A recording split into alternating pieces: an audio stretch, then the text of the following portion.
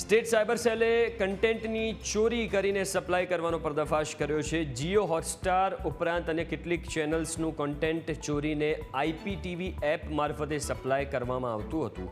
પકડાયેલો આરોપી 2 વર્ષની નવી એપ બનાવીને હોટસ્ટારનું કન્ટેન્ટ ચોરી કરતો। એટલું નહીં, આઈપીટીવી ઉપર ચોરી કરાયેલા કન્ટેન્ટ ઉપરાંત પાકિસ્તાનનું કન્ટેન્ટ અને પાકિસ્તાની ચેનલો પણ દેખાતી હતી। જલંધરનો રહેવાસી મોહમ્મદ મુર્તુઝા અલી આ આખા ગોરખધંધાનો માસ્ટરમાઇન્ડ હતો। આઈપીટીવીના મારફતે કન્ટેન્ટની ચોરી કરીને લોકોને સસ્તા ભાવે સબસ્ક્રાઇબ કરાવતા હતા। આ કેસમાં 3 laptop, 9 debit card, 12 passport, 3 hard disk, 4 mobile, memory card પણ કબજે કરવામાં આવ્યા છે। પાકિસ્તાનનો પણ કન્ટેન્ટ હતું અને એવા કન્ટેન્ટ પણ હતું કે જે રેડિકલાઇઝેશન અને આ બધી વસ્તુઓને ઉપયોગ આપણે લાગે તો એવા કન્ટેન્ટને જોઈને એની સેન્સિટિવિટી બહુ આપણને લાગી તો તાત્કાલિક આપણે તપાસ હાથ ધરી। પછી આરોપી કોણ છે, કોને એપ બનાવ્યો છે અને ક્યાંથી એ સ્ટ્રીમ થાય છે એ બધું બાબતમાં તપાસ આગળ ધરી તો ખબર પડી કે જલંધરના આ જે જલંધરમાં રહેતા રહેવાસી છે એમનું નામ છે મોહમ્મદ મુર્તજા અલી।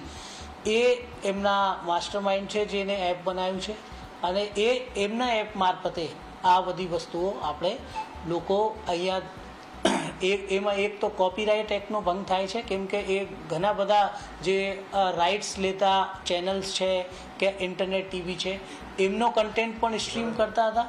અને બીજી વસ્તુ જે આપણે માટે સેન્સિટિવ હતી એ હતી કે એ અત્યારે આપણે પાકિસ્તાનની પણ એટલા અમુક ચેનલો એના ઉપર ચાલતા હતા અને જેમાં કે એવા ચેનલો પણ કે જે લોકોને રેડિકલાઇઝેશન કરી શકે છે આવા ચેનલો અને એ પણ ચાલતા હતા। ઘણા બધા જે ચેનલ્સ છે જે જીઓ હોટસ્ટાર મારફત જીઓ હોટસ્ટાર પારે જેનો શું કહેવાય છે રાઇટ છે એ પણ ચેનલ એમના ઉપર પ્રસારિત થતા। તો એમાં એ છે કે એમનો મોટિવ છે કે આપણે સસ્તા દરે લોકોને ચેનલ આપીને અને પછી એ પૈસા કમાવે જે કે ઓરિજિનલ જે રાઇટ હોલ્ડર છે એમને બાયપાસ કરીને।